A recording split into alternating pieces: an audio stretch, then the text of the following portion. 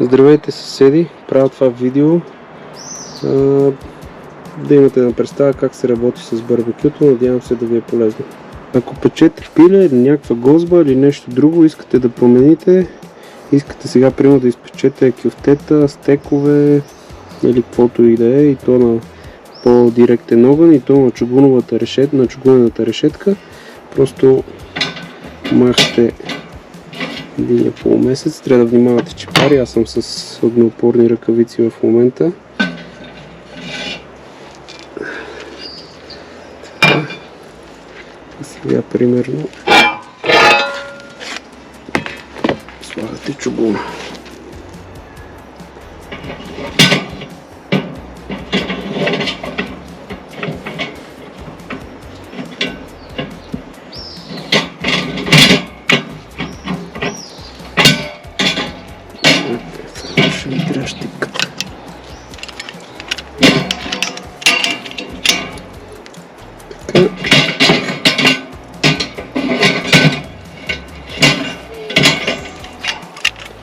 Ето така, и така вече може да печете след като се нагрее чугуна. Тук, пак казвам, чугуна се слага от 150 градуса нагоре. Не се слага на високи градуси, защото може да се спука.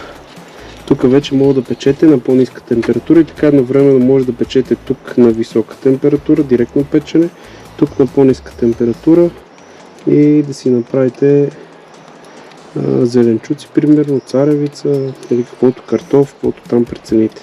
И така печете на различни нива. И така как се почиства барбекюто. След като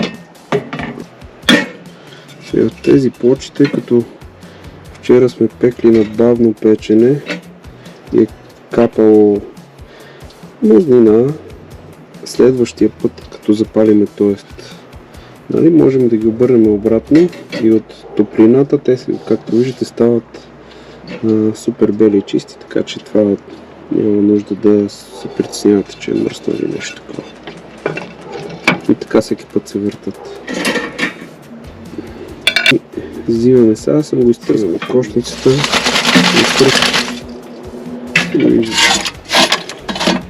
Много е важно дупките тук да са отпушени, да няма пепел.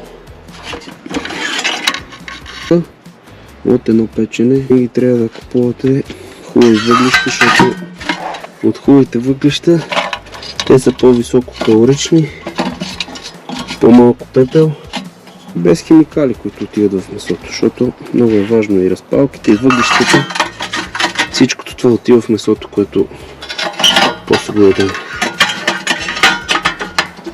Както ви показах, при силно нагряване плочата побелява. Всеки път дозареждайте, въпреки че има въглища, дозареждайте, за да може да печете всеки път на максимум. Така. Когато имате хубави въглища и хубава разпалка, става много лесно. Вчера с две блокчета го разпалих, днес ще пробвам с едно. Колипка да не бяга палъка нагоре. Отдолу задължително трябва да е отворено. Мина също правим така, докато дигне 100 градуса.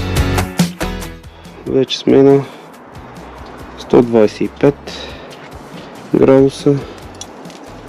Виждате колко лесно се разпалва барбекюто. Така. И тук сега трябва да затворим първо с решетката. Трябва да се внимава да не се остави прекалено дълго отворено, защото ще дигне много бързо температурата. След 150, значи на 150 ще притворим още малко. И даже всъщност вече може да сложим и ето тези.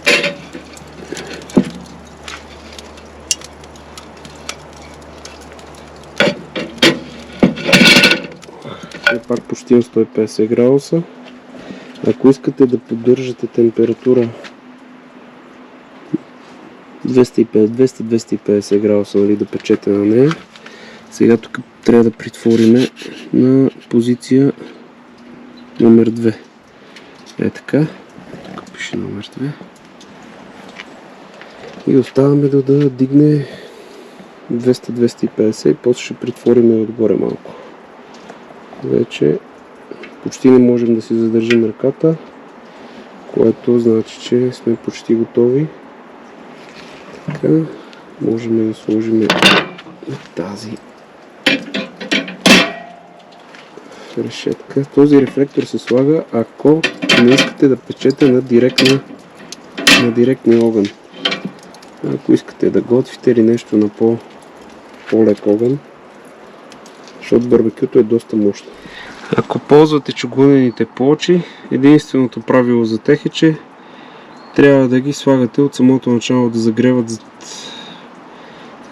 от 100 градуса, 150 градуса, от 150 градуса нагоре. Защото ако ги сложите от 250 или 300 директно, имат шанс да се спукат. А ако ги сложите от 150 нагоре, може и до 300 да ги загреете, няма никакъв проблем. Като тази, тя има оребрение тук и ако обърнете обратно, става на плоча просто.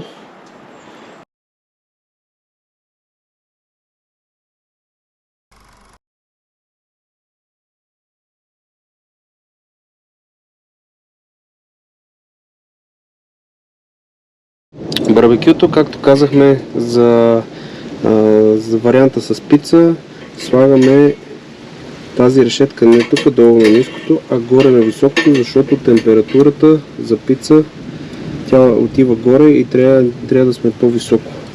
След което трябва да се разгори огъня, след което сега не се разгоря огъня, просто го показвам. Нали? И после другия. Колкото по-високо, толкова по-добре. И трябва да вдигнем температура към 300 градуса. Нека да ще видим, всичко зависи от